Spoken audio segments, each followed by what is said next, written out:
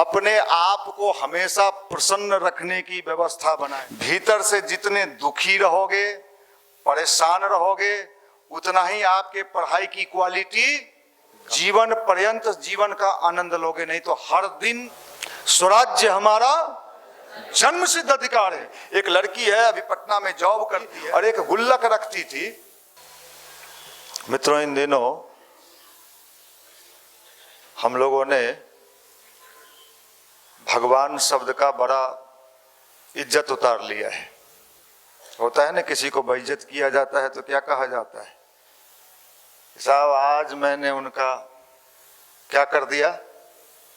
इज्जत उतार लिया। आज तो वही सोच रहे होंगे। इन दिनों भगवान का भी हम लोग यही हाल कर दिए हैं, बढ़िया से इज्जत उतार लिए हैं। हम लोग बिहारी हैं, बढ़िया बढ़िया का इज्जत उतारना जानते हैं। भगवान किस खेत की मूली, भगवान किस खेत की चिड़िया है। बिहार में तो सारे लोग पानी भरते हैं। रावण के दरबार में भी सारे लोग पानी भरते थे। उसी तरह बिहार में भी भगवान को भी पानी भरना पड़ता है।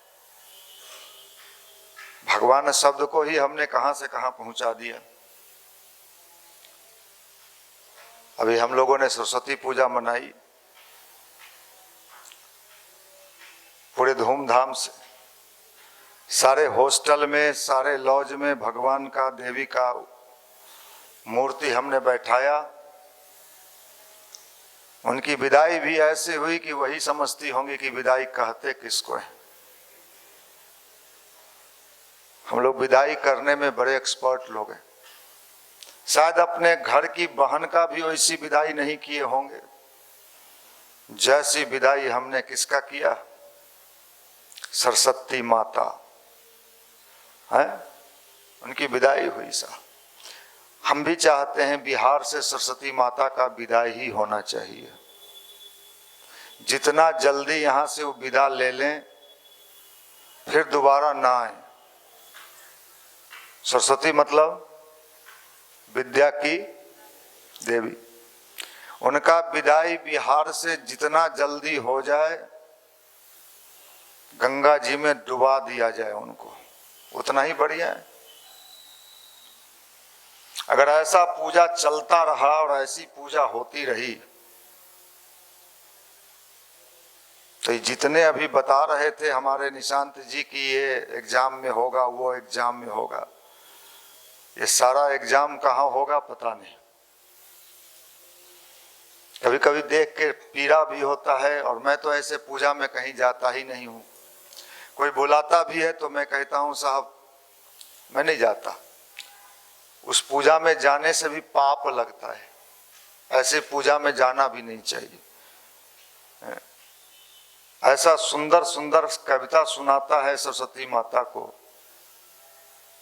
कहां से ले आता है भगवान जाने। शायद अपने बहन की विदाई में भी वो कविता नहीं सुनाता होगा। बहन की विदागरी, कभी किसी के बहन की शादी होती है तो उसकी विदाई होती है, और विदाई के समय सारे लोग क्या करते हैं? रोते हैं। लेकिन सरस्वती जी की जब हम विदाई करते हैं तो क्या करते हैं? ऐसा ऐसा गाना सुनाते हैं जिस गाना को सुन के शायद दोबारा सरस्वती का मूर्ति तो आ जाएगा बिहार में, लेकिन विद्या नहीं आएगा।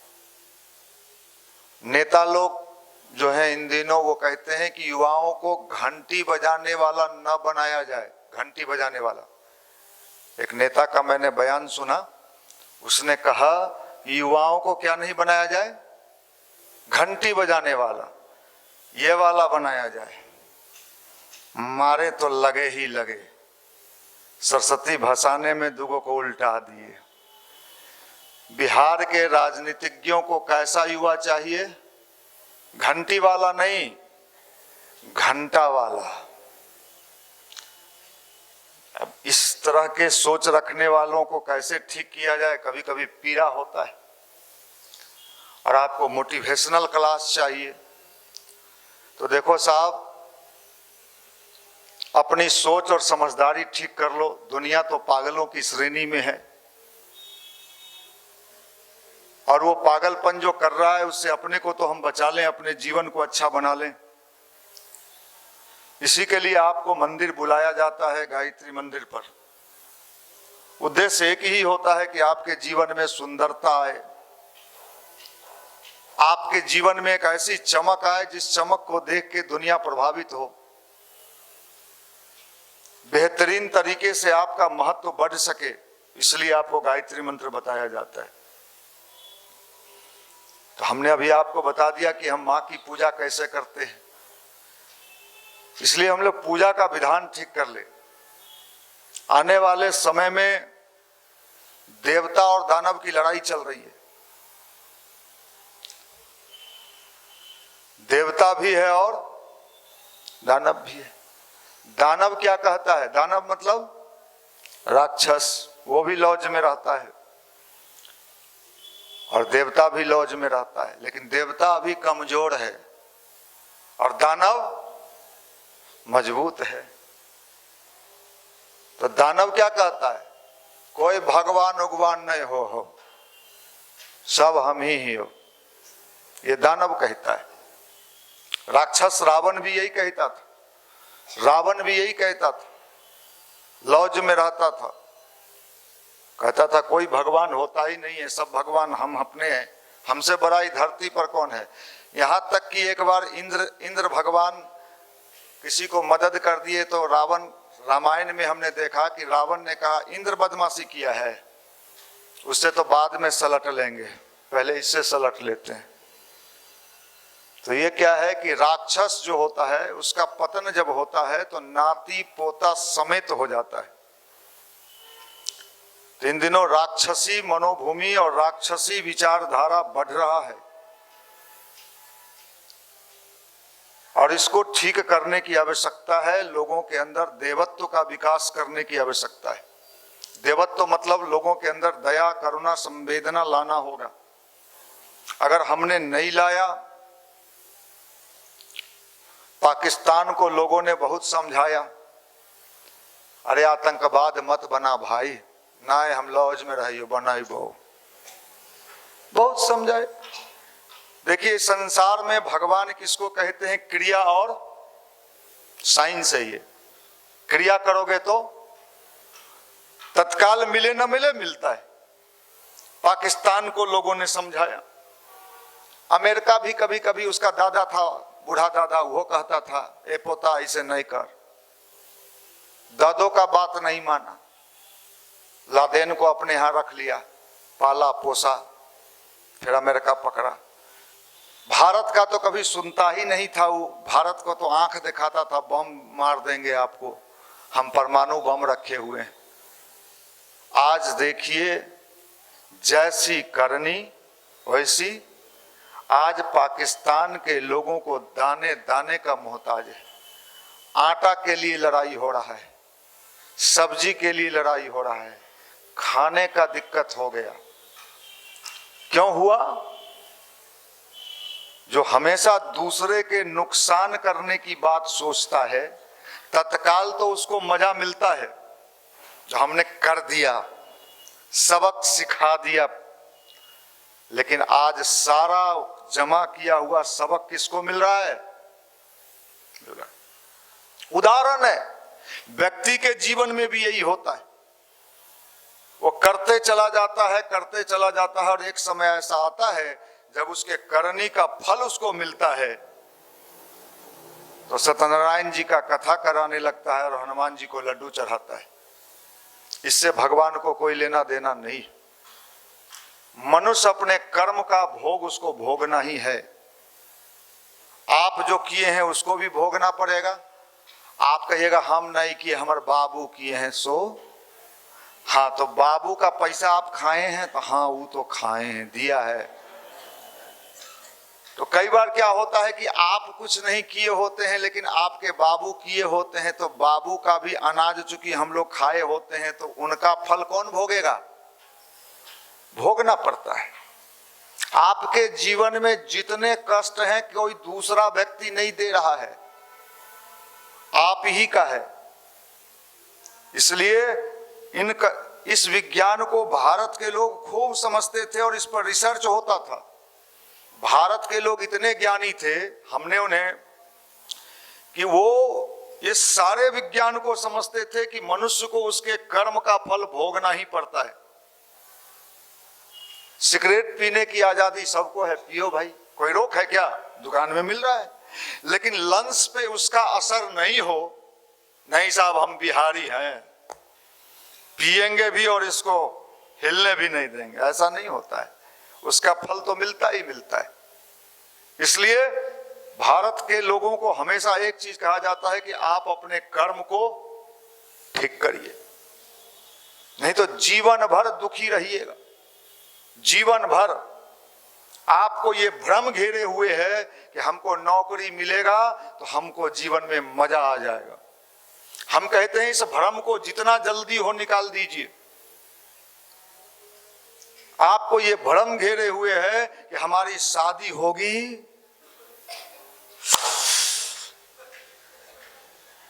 फिर तो बल्ले बल्ले।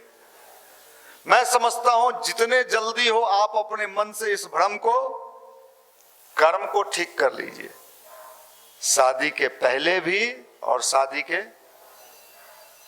भोगना पड़ेगा। घुट घुट के इंसान इन दिनों जी रहा है। इतना घुटते हुए मनुष्य को हमने अपने जीवन में कभी नहीं देखा था जितना इन दिनों घुट रहा है। और दोष किसको लगा रहा है? समय को, दूसरे को, तीसरे को। बच्चा पैदा होते जा रहा है, जनसंख्या कम नहीं करेंगे, ये तो भगवान का प्रसादी है? तो भगवान का कोई आवाज उठा देगा कि कम करो तो कहता है कि आप लोग गलत बात बोलते हैं। तो भाई नहीं, भगवान का प्रसादी खा रहे हो। तो बिहार सरकार पटना में जितना पुल बनाया, पहले एक पुल हुआ करता था, जो पुराने लोग होंगे उनको जान, चिड़ैया टार पुल, एक्के गो पुल था, वो जाम लग जाता था। हम लोग को याद है कि लोग पहले चिड़ैया टार पुल जाम है। आज तो इतना पुल बन गया है पटना में कि कई बार हम भी भटक जाते हैं कि कौन पुल में घुसे हैं, कौन पुल में निकले। लेकिन वो सारा पुल का है, हम नहीं सुधरेंगे। क्या? हम नहीं सुधरेंगे। हम बच्चा पैदा करेंगे 4 गो, 6 गो, 7 गो। गांव में एगो से हम पूछे, 7 गो बेटा है उसको, बूढ़ा है। तो हम पूछे क्या सोच के? कहा कि हम लोग सोचते कहाँ हैं। अब बताइए, ये भगवान का प्रसादी है। तो इस तरह से अगर जनसंख्या बढ़ते चला गया और चाइना से ज्यादा पॉपुलेशन इंडिया का हो गया, चाइना वाला कंट्रोल कर लिया, उसका घट रहा है और इंडिया का बढ़ रहा है। स्थिति को ठीक अगर नहीं किया गया, गुरुदेव ने बहुत पहले एक किताब लिख दिया था, जनसंख्या विस्फोट, एक किताब लिखा गुरुजी ने। माल्थस का सिद्धांत हमने इकोनॉमिक्स में पढ़ा। माल्थस पादरी था ब्रिटेन में, और उसने कहा कि अगर तुम जनसंख्या कम नहीं करोगे तो प्रकृति स्वयं जनसंख्या,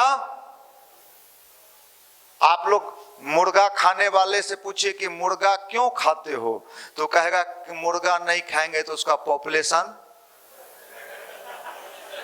बोलता है। अच्छा, बकरी क्यों खाते हो, तो कहेगा बकरी नहीं खाएंगे तो उसका जनसंख्या इतना बढ़ जाएगा कि फिर धरती पर। आपका जो जनसंख्या बढ़ रहा है, आपको भी तो कोई ना कोई खाएगा ना, तो एक दूसरे को ही गोली मारेगा, मार मार मार दे। गली में उल्टा हुआ था भैया दुगो। आने वाले दिनों में सुबह जागरण के साथ रोज आप देखोगे, नोट कर लो, 2026 तक समय हम बता रहे हैं, हर गली में 2-4 आदमी घुलटा हुआ मिलेगा। ये के ना के है, देखी ना, नगर निगम वाला आएगा उठा के ले जाएगा, क्योंकि आदमी ही आदमी को मारने की तैयारी में है। मजा लीजिएगा, लीजिए मजा। बैंक में नौकरी कीजिएगा, बैंक से निकलिएगा, बाहर 2 बैठल है पिस्टल लेके, 800, 1000, 1200 में मिल जाता है। हम कह रहे हैं अध्यात्म से जुड़ो, गायत्री से जुड़ो, पॉजिटिव विचार से जुड़ो। तो कहिएगा कि ना हमारे चाचा कहल थी अभी पढ़े की उम्र हुआ, ठेवना में मार दे लो गोलियां तब चाचा का कहल थी, तब चाचा कहल थी ठीक से घबराई है ना, लगत रहा है गोली उली। आदमी इन दिनों हमको कभी कभी लगता है वनमानुष हो गया है। चेहरा तो मनुष्य वाला है उसका, लेकिन उसके भीतर जो है जानवर घूम रहा है और जानवर घूम रहा है। अब इस जानवर को इंसान बनाना है। अब सोचिए कितना मुश्किल काम है जानवर को इंसान बनाना। ये बहुत टफ टास्क है। हम लोग वही काम कर रहे हैं, मुश्किल वाला काम। इसलिए कहा जाता है अध्यात्म की आवश्यकता यही है कि व्यक्ति के जीवन में समझदारी आता है, बच के निकलना, कट के निकलना, सावधान हो के चलना, अपने आप को हमेशा प्रसन्न रखने की व्यवस्था बनाएं। दूसरा कोई आपको प्रसन्न नहीं करेगा, और प्रसन्नता जो है वो आदमी के अंदर से आता है। और आप अंदर से जितने खुश रहोगे, जितने प्रसन्न रहोगे, उतना ही आपको पढ़ने में मन लगेगा। भीतर से जितने दुखी रहोगे, परेशान रहोगे, उतना ही आपके पढ़ाई की क्वालिटी कमजोर हो जाएगी। यहाँ इसलिए बुलाया जाता है कि आप अंदर से प्रसन्न रह सको, खुश रह सको, खुशी का जीवन। ये देख लो दुनिया में इन दिनों हर जगह निगेटिविटी परोसा जा रहा है, नकारात्मक बातें दी जा रही है। अगर आप किसी रिश्तेदार के यहाँ जाइए शादी विवाह के मौसम में, कुछ बढ़िया बात शुरू करिए, बढ़िया वाला, पॉजिटिव वाला। कुछ देर के बाद देखिएगा कुर्सी पर आप अकेले बैठ के धूप सेक रहे हैं, और आप नकारा वाला बात इतना टेस्ट लेके, मजा लेके ये सब बात सुनेगा कि कुछ देर के बाद आप उस पूरे रिश्तेदारी में बड़े फेमस हो जाइएगा। फलानमा चाचा कहाँ थी, बोला ही ना रे, बड़ा अच्छा बोला थी, बोला ही ना। और आप शुरू कर दो गायत्री मंत्र, ध्यान, गायत्री। हमार गांव में एगो हल है, बूढ़ा मर गए बेचारा।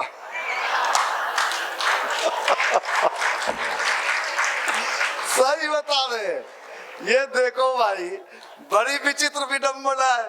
हम जब अच्छा चीज बता रहे हैं तो लोगों को समस्या खड़ा हो रहा है। आज जब 3-5 करिए, देखो साहब, अच्छी बात सुनना इन दिनों लोग नहीं चाहते, लेकिन हम लोग क्या है कि जबरदस्ती सुनाते हैं।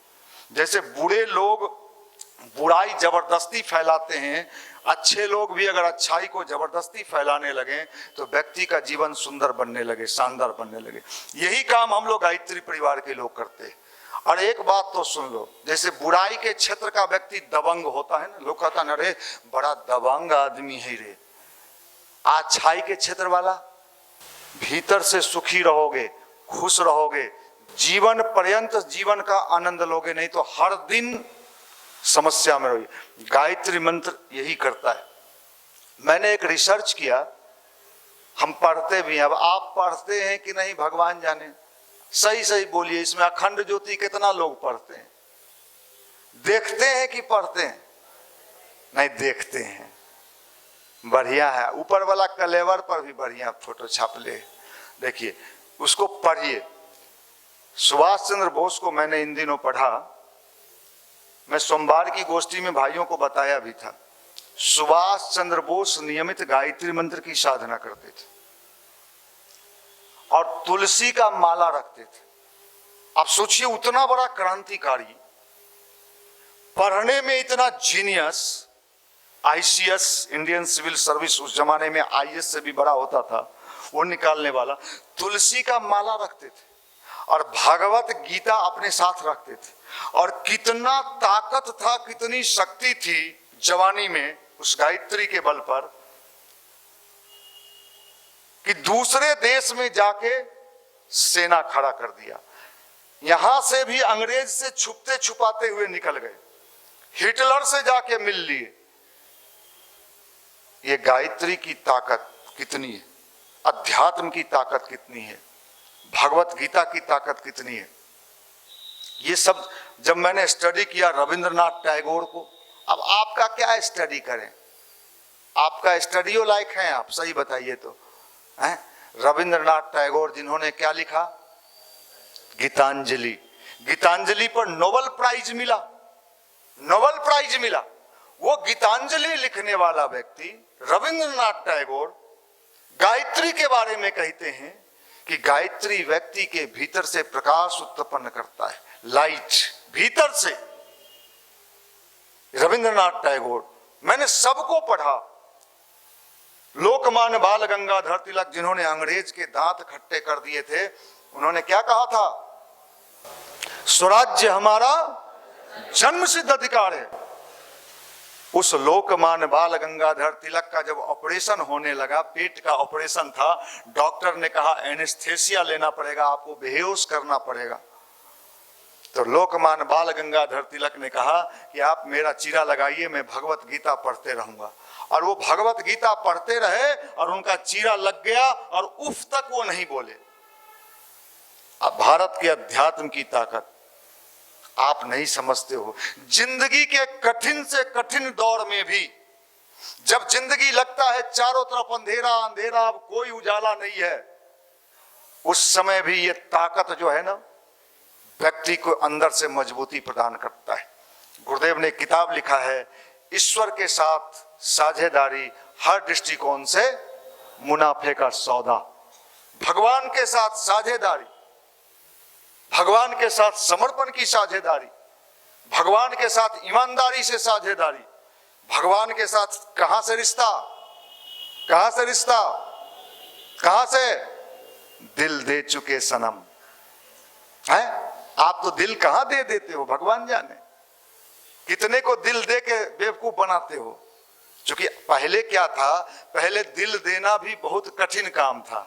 जब मोबाइल नहीं आया था तब लिखना पढ़ना पड़ता था, चिट्ठी, उसमें दिल का फोटो अगर बहुत कलाकार था तो बना के वो तीर लगाता था।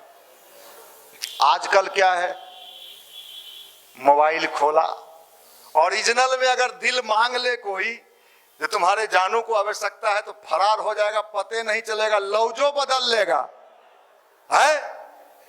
तो साहब, भगवान तो भाव और सत्यता को देखते, और सच्चे मन से भाव से अगर भगवान को समर्पित भाव से उपासना किया जाए, गायत्री का जप किया जाए, पॉजिटिव थॉट रखा जाए और भगवत कार्य किया जाए, तो भगवान का आशीर्वाद व्यक्ति के जीवन में बरसता है। वो किसी चीज की कमी नहीं होती है, उसके जीवन में हर चीज बरसता है, सुकून बरसता है। मैं तो सबसे बड़ी बात आपको ये कहता हूं कि जिंदगी का जो सुकून है ना, जो शांति है ना, जो आनंद है ना, वो भगवान की उपासना से मिलता है। और यही विज्ञान भारत को कभी दुनिया में सबसे ऊपर ले गया था, यही विज्ञान भारत में कभी दुनिया में सबसे ऊपर ले गया था। आज उस विज्ञान को हमने कहां से कहां पहुंचा दिया है। आपने पिछले दिनों देखा होगा, विराट कोहली देखे थे, किसके साथ था, उसके साथ कौन थी, है बोलिए, जान रहे हैं, बोल नहीं रहे हैं, अनुष्का थी। और ये देखिए, उतना बड़ा क्रिकेट खिलाड़ी, उतना बड़ा प्लेयर, और जाके भगवान के शरणागत होता है। हम आपको आइकॉन क्यों माने, लौज के छोड़ा को, जो रात में 3 बार चौकी पर से गिरा है फिर उठा है, और वो समर्पण के साथ अध्यात्म को मान। मैं फिल्मी दुनिया के लोगों पर भी रिसर्च किया, ये भी मैं आपको बता देता हूं, सुन लो। आपको फिल्म अच्छा लगता है ना, हम फिल्म वाले लोगों पर भी रिसर्च किए हैं। शिल्पा शेट्टी देखें, अभी भी यंग दिखती है एकदम। आप लोग में से तो 90% यहां लगता है कोई मार दिया है रात में भरदम। और वो नियमित गायत्री करती है, अपने बच्चों को गायत्री सिखाती है। माधुरी दीक्षित, उसके हस्बैंड क्या है, कहां डॉक्टर हैं, अमेरिका में। आपके बाबूजी कहां हैं, जहाना में है। अरे भैया, हम देखें तो किसको देखें, हम तो सब जगह सकारात्मक चीजों को देखते हैं। माधुरी दीक्षित अपने बच्चों को गायत्री सिखाती है। रात में कपिल कॉमेडी पर आया था पंकज त्रिपाठी, बिहार का ही है, मौर्य होटल में वेटर था। मौर्य होटल, इसमें क्या था, वो वेटर था। और उसने कहा कि मैं बचपन से उपासना करता हूं और शाकाहारी जीवन जीता हूं। हम जब इन लोगों को स्टडी करते हैं, जब हम इन लोगों को पढ़ते हैं, इन लोगों को देखते हैं, तो लगता है कोई व्यक्ति ऐसे ही नहीं ऊंचा उठता है, उसके पीछे जरूर कुछ ना कुछ पॉजिटिवनेस होता है। और बिहार के युवाओं में पुरुषार्थ की कमी नहीं है, मैं बार बार कहता हूं, ना ब्रेन की कमी है। ब्रेन तो इसके पास इतना है कि अभी पीछे बैठे वाला पीछे से पॉकेट काट लेगा, अगला का को पता नहीं चलेगा। वो बाद में जब नीचे चाय पी के उतरेगा तो कहेगा मरा गया। ब्रेन तो इतना है कि कोई व्यक्ति ऐसे ही नहीं महान बन जाता है। मैं उसको सुन रहा था, बहुत पैसा कमाया है वो मोटिवेटर जो है, बहुत पैसा कमाया है, बहुत पैसा। वो पढ़ाई में कमजोर हो गया था और इतना कमाया है कि अभी कई शहर में मकान, खाली बोल बोल के, कंठी पहने हुए, तुलसी के माला का कंठी पहने हुए, लहसुन प्याज भी नहीं खाता है, शाकाहारी जीवन जीता है, ध्यान करता है, और पावर कितना है, अरबों रुपया का मालिक बन गया। हमारे बिहारी कितनों सिखाएंगे रे, 20 मिनट आंख बंद करना रे भकुआ, भैया किए थे तनी ठंडा मार दिया। अब लीजिए, इसके बल पर क्या उम्मीद है गरीबी दूर हो जाएगा? इसके बल पर क्या उम्मीद है ये नौकरी ले लेगा? हम हम अपना इंस्टीट्यूट चलाने के लिए आपको रोज पीठ ठोकेंगे, तुम दरोगा बन जाओगे। अब सपना देखने में क्या जाता है? 22-23 साल उम्र हो ही गया होगा, 22-23 तो और आगे बढ़ते जा रहा है, वही सब करना है। इंसान का कोई लाइफ नहीं है, कोई जिंदगी नहीं है। यही है अध्यात्म, यही है अध्यात्म। हम चाहते हैं कि आपके अंदर की वो चमक आ सके, वो पावर आ सके, वो शक्ति आ सके। और इस बात को हम ताल ठोक के इसलिए करते हैं भैया कि मैंने अपनी जिंदगी को जिया है। हम भाषण में विश्वास नहीं करते। मेरे को जो जानते हैं हमारे सीनियर भाइयों से पूछ लेना, मेरा खान पान से लेके और सारा चीज मेरा रूटीन में चलता है। क्या बात करते हो? आज नहीं, स्टूडेंट लाइफ से जब गायत्री परिवार से जुड़े तब से देखने वाला आज भी आश्चर्य में पड़ता है कि आप अपने आप को इतना मेंटेन कैसे रखते हो, हैं? आप तो हुमच के खाते हो, इतना इतना थाक रोटी गायब कर देते हो राते में, रूमो पार्टनर का हिस्सा खा जाते हो, फिर भी पता नहीं बैगन तोलने का नौकरी नहीं मिल रहा है। इसलिए मैं चाहता हूं स्मार्ट युवा। कैसा युवा? स्मार्ट युवा।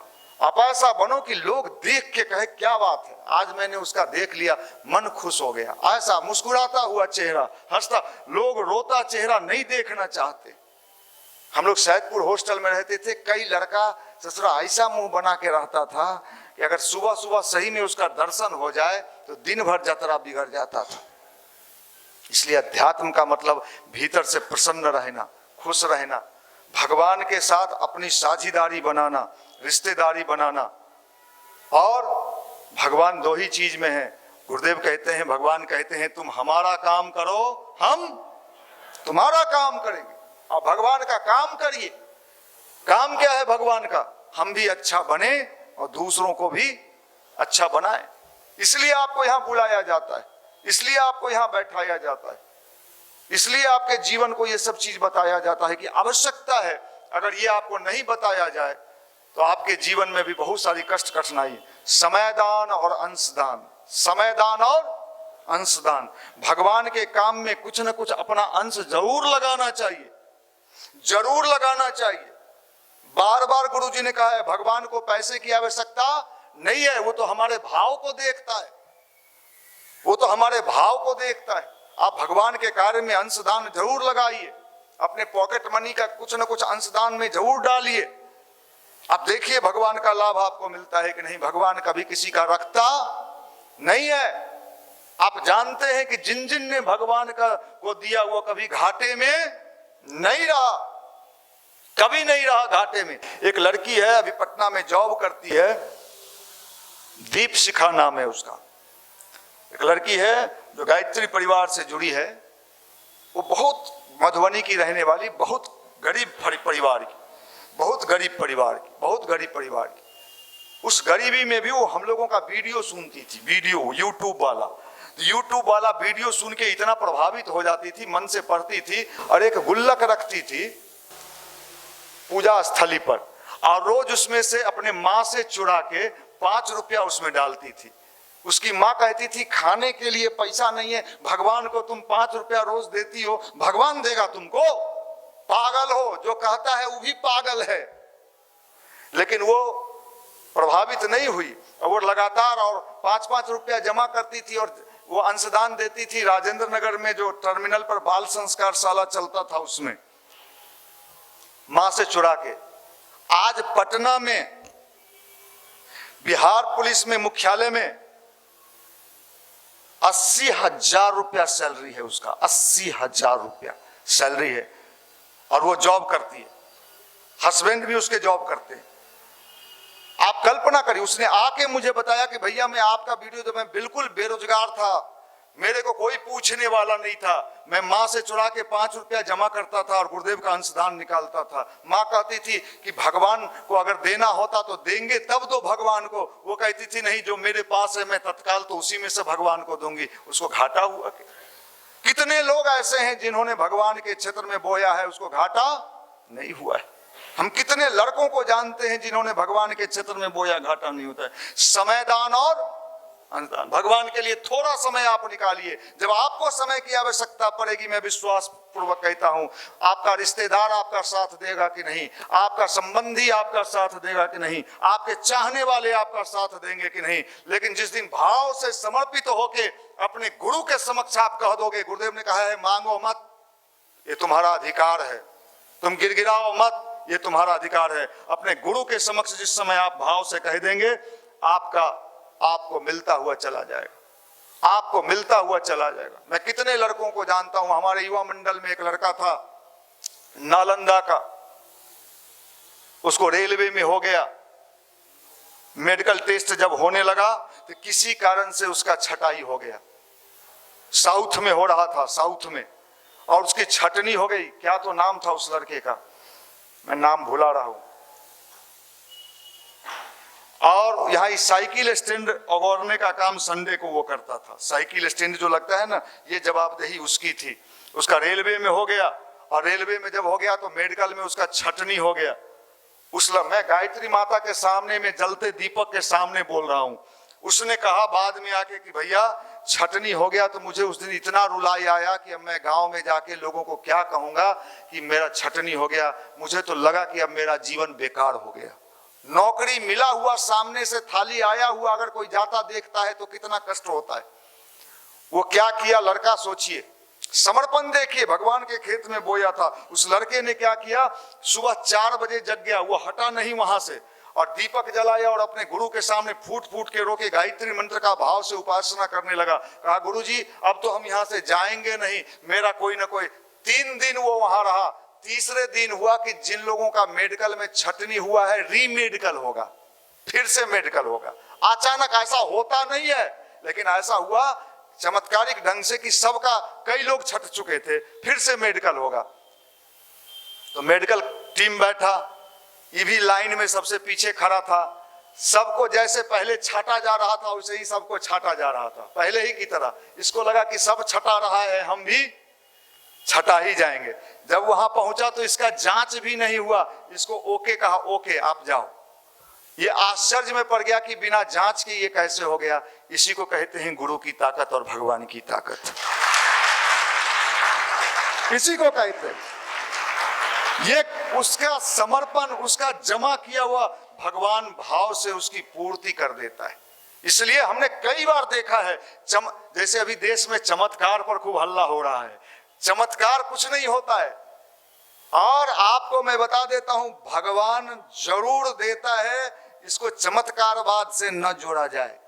मैंने अपने जीवन में हजारों ऐसी घटनाएं देखी है जो आज भी सोच के मुझे स्वयं आश्चर्य में डाल देता है कि ये कैसे संभव हुआ था, ये कैसे संभव हुआ। किसी का, आप लड़कियां हो, मैं आपसे भी विश्वास भाव से गुरुदेव माता जी का प्रार्थना करना, जिंदगी में कभी भी कष्ट आवे, समस्या आवे, प्रॉब्लम आवे, आप दूसरे को कहना या मत कहना, समर्पण भाव से एक दीपक जला के अपने गुरु के समक्ष अपनी बात को भाव से कह देना, देखना आपके समस्या का समाधान मिलता है कि नहीं। इस तस्वीर में साधारण ताकत नहीं है, उनकी चेतना सक्रिय होकर काम कर रही है। कमी है तो हम में है, हम देना ही नहीं चाहते हैं, न समय देना चाहते हैं, न अंशदान देना चाहते हैं, न स्वाध्याय करना चाहते हैं, न गायत्री मंत्र जपने में मन लगता है। फिर दोष भगवान का देते हैं। दोष तो हमारे अंदर है, अपने दोष को दूर करिए। भगवान देने में कभी कमी नहीं करता है, वो आपको हमेशा देते रहेगा। बहुत बहुत शुभकामना, मंगल कामना, धन्यवाद।